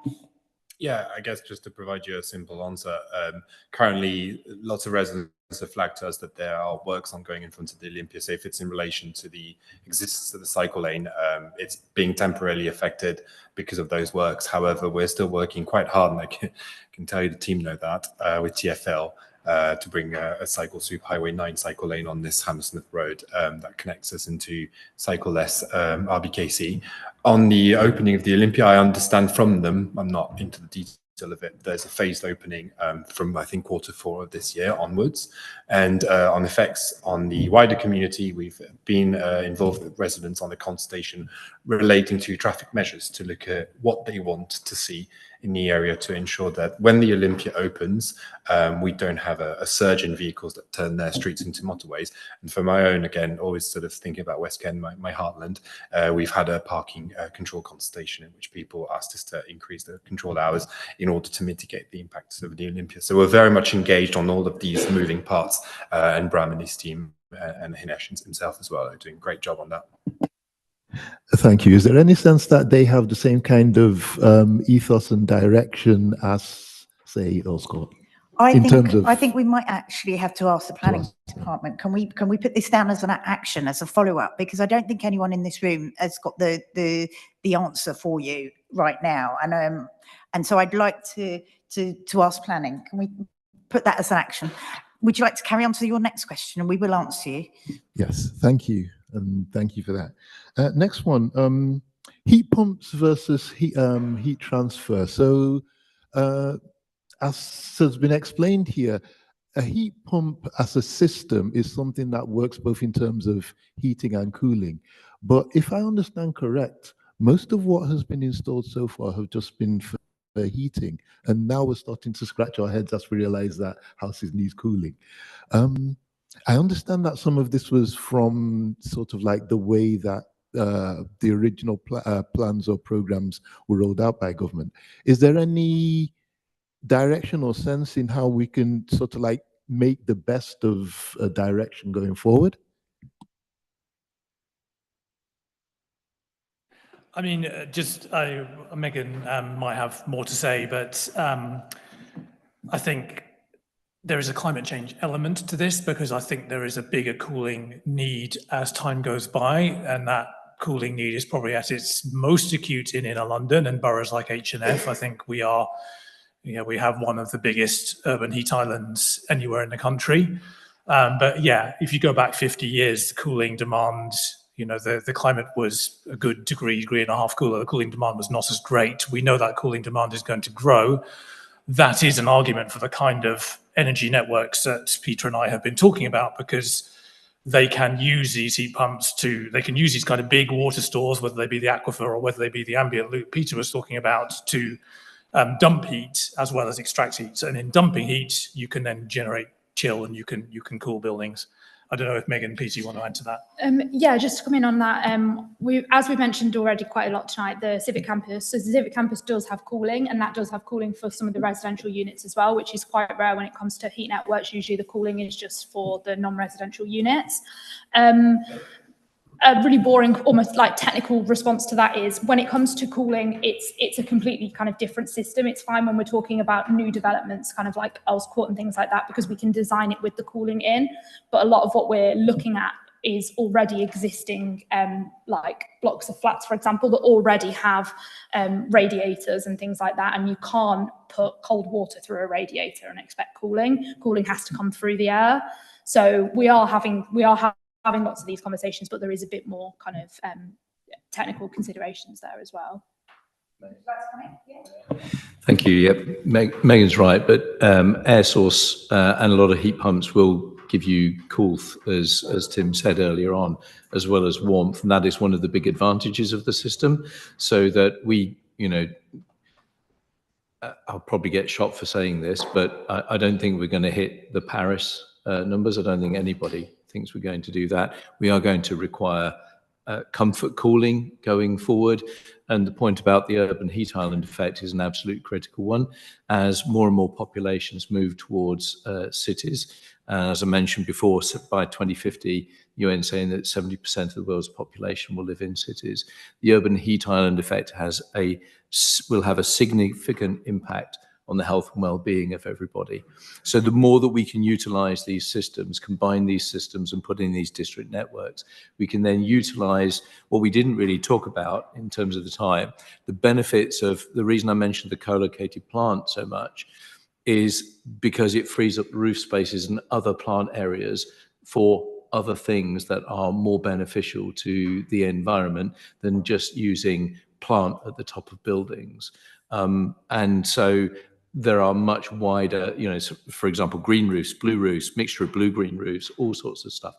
You can actually help reduce the urban heat island effect by using those roofs in different ways, as well as using the air source and the ground source heat pumps to consistently provide you with better energy that doesn't have as much waste heat energy. So again, one of the benefits that we are hopefully going to be able to prove is how the use of these systems will actually decrease the urban heat island effect going forward. I'm going to bring Councillor Harcourt in at this point. Yeah, thank you. Just a little bit to add to that. I do agree with you that adaptation is becoming increasingly significant and important. Obviously, we've had 4 heat waves this summer, just as an example of that alone. And the work you're doing is obviously very, very good. But one of the other things we need to look at, obviously, is greening, because green areas reduce, certainly in the local area, have this sort of oasis effect of cooling, anything 4 or 5 degrees C or even more in many cases. So that's very important. Interestingly, I was yesterday at the Royal Society of Arts Spark in awards, and I judged the urban cool section for projects. And there are a number of ideas coming up, some of them which are quite local about how you can produce cool spots within urban areas. But there's a lot of work was being done around phase change materials, and phase change materials built into for flats in particular, where they actually regulate the heat between 18 and 20, I think it was 18 and 25 degrees, and they will, by the use of the phase change materials we were talking about earlier, they will, if it gets to 25, so change brings it back down to 18 and so on. So there's work being done all the time on other systems that are going to help us with this sort of work. So maybe in 2, 3, 4 years' time, when these are reaching a point of being commercially developed, then we'll start looking at things and approaches from a different angle. But at the moment, the way we're going, I think it's obviously work that has to be done. Thank you. Back to Casey. Would you like to follow up? Yeah. Last question now comes to operational implementation, that kind of thing. I called up the housing repairs service sometime, asked them about windows, and I live in one of these buildings that's got typical standard single glazed windows, because that's kind of a place that is. And asked them about what could be done in terms of where a repair is needed, in terms of upgrading these to something that is more energy efficient. And it kind of went round in circles, but the place where the circle landed is the fact that it doesn't seem to be something on their operational wheelhouse. Now, given the council is trying to retrofit, I think they're like about 20 or 30,000 low-rise properties that the council owns. Does somebody need to explain to them this bit here? What we're So obviously I can't talk to whoever kind of you spoke to when you got through, but there is work going on with our council housing, upgrading it, and a real focus at the moment is around not just looking at the kind of schemes we mentioned earlier, so the kind of the 500 properties we mentioned earlier that we've got funding for, but it's more how we embed those kind of improvements into our kind of general maintenance, and that we are prioritising kind of windows, cavity wall insulation and loft insulation, because they are the kind of low cost, low disruption interventions that can be taken. So there is a big kind of programme of work prioritising that for our housing. Yeah, as I understand it, I don't want to overshoot my knowledge here, but as I understood it, there was stock condition surveys done on vast amounts of the housing, social housing, and really that has been divided into types of housing, and each type of housing is being addressed at a time as a kind of consistent whole. So I imagine what you got was an independent inquiry gets a knockback because you don't happen to be in the realm of the scheme that is going forward right at this moment. So, and I think that's a kind of cost economy of scale thing, that it's far more cost effective to work on 300 houses that all have the same kind of window all at the same time, rather than, you know, unfortunately for you, Casey's windows at this point. Going back to Megan, thank you. Yeah, that's exactly right. The other thing is that we are, so from those kind of categories of houses, it's then looking at the kind of worst first as well, which is ultimately, because we've all got limited resource, and we've got to hit the properties that are performing the worst, where people have got the highest bills. And we obviously mentioned earlier around fuel poverty and the implications there as well. Officer Brand Campbell. Yeah, I just wanted to add, just recently the Cabinet has actually approved a housing retrofit strategy, which actually looks at exactly what the Chair has actually explained, and then to try and decide how we actually, you know, deal with each different type of household that's under the Council's control. Yeah, thanks. And Councillor Harcourt? Yeah, just to add to that, we've just received I think it's £5.7 million grant to do windows, front doors and roof insulation on some 200 properties, and that's work that's going to be done during the course of this year. So there's that, and it's ongoing. Unfortunately, with all of this work, it's about applying for grants. And most of those grants then want match funding, and you know the state of council finances across the country. So it becomes very, very difficult to do that. But as Brian has said, it's part of the housing retrofit programme. And also when we start looking at things like voids and such like, all the works that are necessary for that are being done at the same time. So, you know, it is ongoing work. Thank you. And Tim, will the healthy homes come into this as well? Or Megan, sorry. I mean, Healthy Homes is really the brand we're using for our residents who are not in social housing. So it's primarily aimed at helping residents in private, you know, either private rented or privately owned. The residents in social housing, yes, we are programming through our social housing retrofit strategy through doing these tranches of houses, as Megan and Councillor Trahey were describing. Back to Casey, thank you. If I look at, say, repairs, again, it's kind of like the thinking around it, because I know to ask these questions. If somebody is getting, say, somebody has a broken window and is getting it replaced, my thinking would be that if you're replacing something, you would want to upgrade it to what I'd call present performance standard. Is that within, because the impression that I got from the conversation that I had was that the consideration was simply a cost implication one, and that they weren't looking at actively upgrading things that were on the repair, but just replacing like for like, which for me was a question of, why would you repair like for like if the like is not good enough for what we're trying to get to right now? And this, so this is a culture thing. In other words, either a cultural thing. I'm going to go over to Megan because I think she's indicating. Yeah, so what we've kind of, the schemes we've mentioned are more kind of specific on kind of individual kind of estates or like categories of housing, and where we've got central government funding.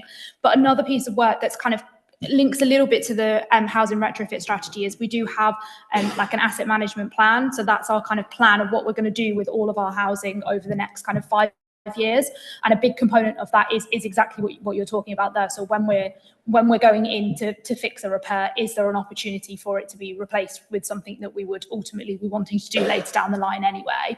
And that is always the aim, but again, kind of harking back to what we've already said a couple of times, everything is obviously limited in terms of what capacity we've got and what finance we have available as well. But that is written into our strategy. Refurb project across West Kensington was actually replacing double glazed windows with aluminum double glazed windows. So in that case, it was a like for like replacement, but the double glazing was retained. Would you like to come back on that? I would be remiss not to ask at least one transport-based question. So where are we at with our school streets? School streets? Yeah, school streets. So we've got a number of school streets. I'm testing one on the street that is east of the Ilbrook Common, and you have to forgive me for not remembering the name of it. There was a survey done of the school street nearby to here, near the Malcolm and Kensington Wade school streets, where residents and parents alike told us that they didn't like it. So we've gone ahead and listened to them. But I'm open to rolling out new ones as we're doing in the Ilbrook Common area. And what we are saying to each school is that we'll team up with them to roll out any, but making sure that we've got support from the schools, the parents and the local community so that it works for everyone. Who didn't like it?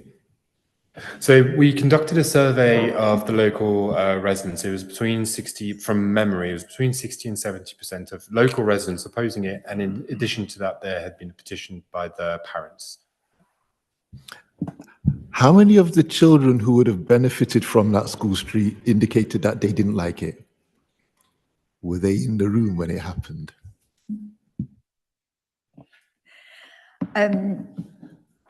I think, were you talking about Holy Cross? Could it have been Holy Cross? No, this is Malcolm and Oh. Kensington Wade. Oh, sorry, Okay. the new one. Yeah. Perhaps, yes. Yeah, thank you for that. Right, I have to round up now. Oh, one more question. Come forward. You do need to push the microphone and introduce yourself because this is being live streamed. Thank you. My name's Laura Satchwell. I'm in the membership committee with London Cycle Campaign with Casey and working with him a lot on lots of things. I've just forwarded to both you and Florian the correspondence I had with Violet Dixon, the planning officer last year for Olympia. She referred me to Olympia as the developer's agent at Gerald Eve. I wrote to them several times trying to get their active travel plans, particularly not so much about the road, what's going to happen to Hammersmith Road, because obviously that's within the realm of, I think it's TfL and yourselves, but more the arrival for people not coming by car or public transport in the scheme.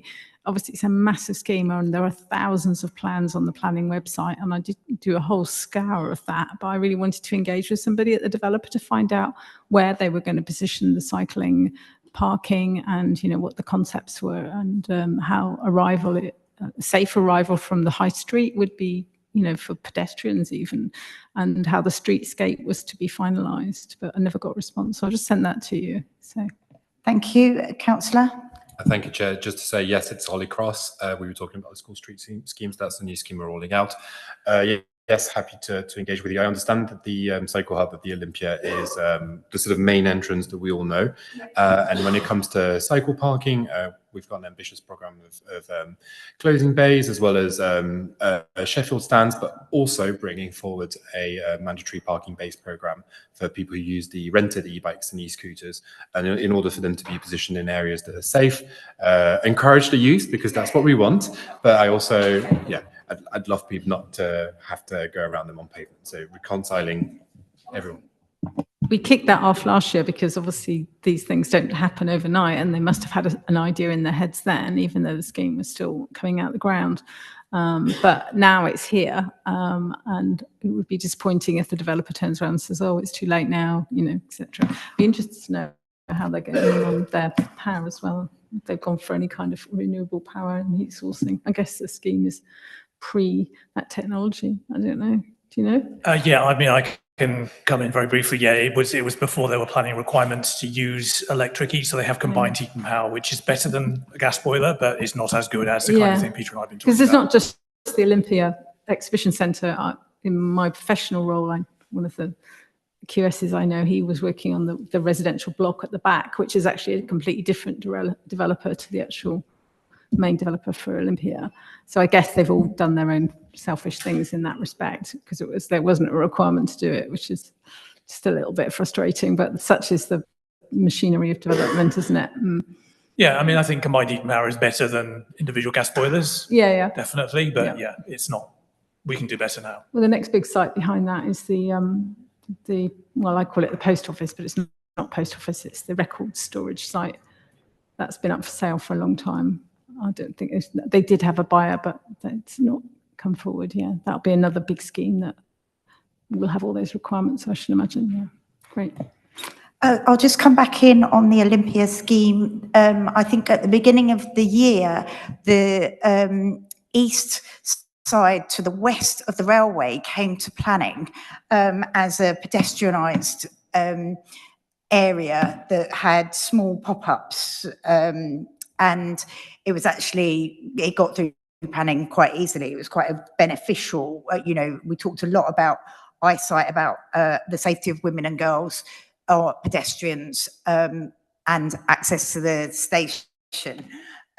But we can put it as an action to come back as about cycling, because again, we can ask planning because there'll be one planning officer that will really know about Olympia and can come back to us with exactly what the cycling infrastructure is there. Thanks a lot. We'll take your name and come and email. Yeah. If you stay, we'll take your email. I've sent you my correspondence with Violet Dixon, who is Yeah. the lead planning officer in June 24. She referred me to developer that their advisors at Gerald Eve, who I know. And yeah. So, but that I did look at the planning for the it's a private road, obviously. So yeah, they've got some good thoughts on what they're going to create space there for people and visitors, not just people who come to the exhibition and then leave. They want people to linger and spend money in the borough. Yeah, it's a nice part of the development. Right, we will get back on that as an action. You can help me with that, Liam. That'd be fantastic. I'm going to wrap things up, if that's okay. I'm going to thank our guest, Peter Runacre. You've been amazing. It's really good. And thanks, officers, for their input. It's been really fascinating and ambitious and impressive. And thank you also for coming, because it's been a really interactive evening. Now, what else do I need to do? Possibly just tell you about the next meeting, which is in February. Oh, we'd need to note the reports. Do we note the reports? Thank you.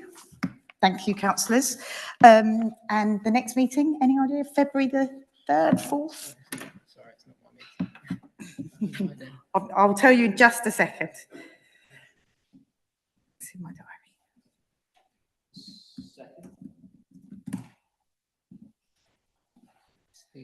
February the 2nd. Thank you. That's right. And if anyone has any ideas for what you want us to cover, please email in. You're always welcome to forward your ideas. Otherwise, we'll work with the climate team on coming up with an agenda, and councillors, again, if you'd like to bring any ideas. Thank you very much for attending this evening, and thank you to the audience at home. See you next time.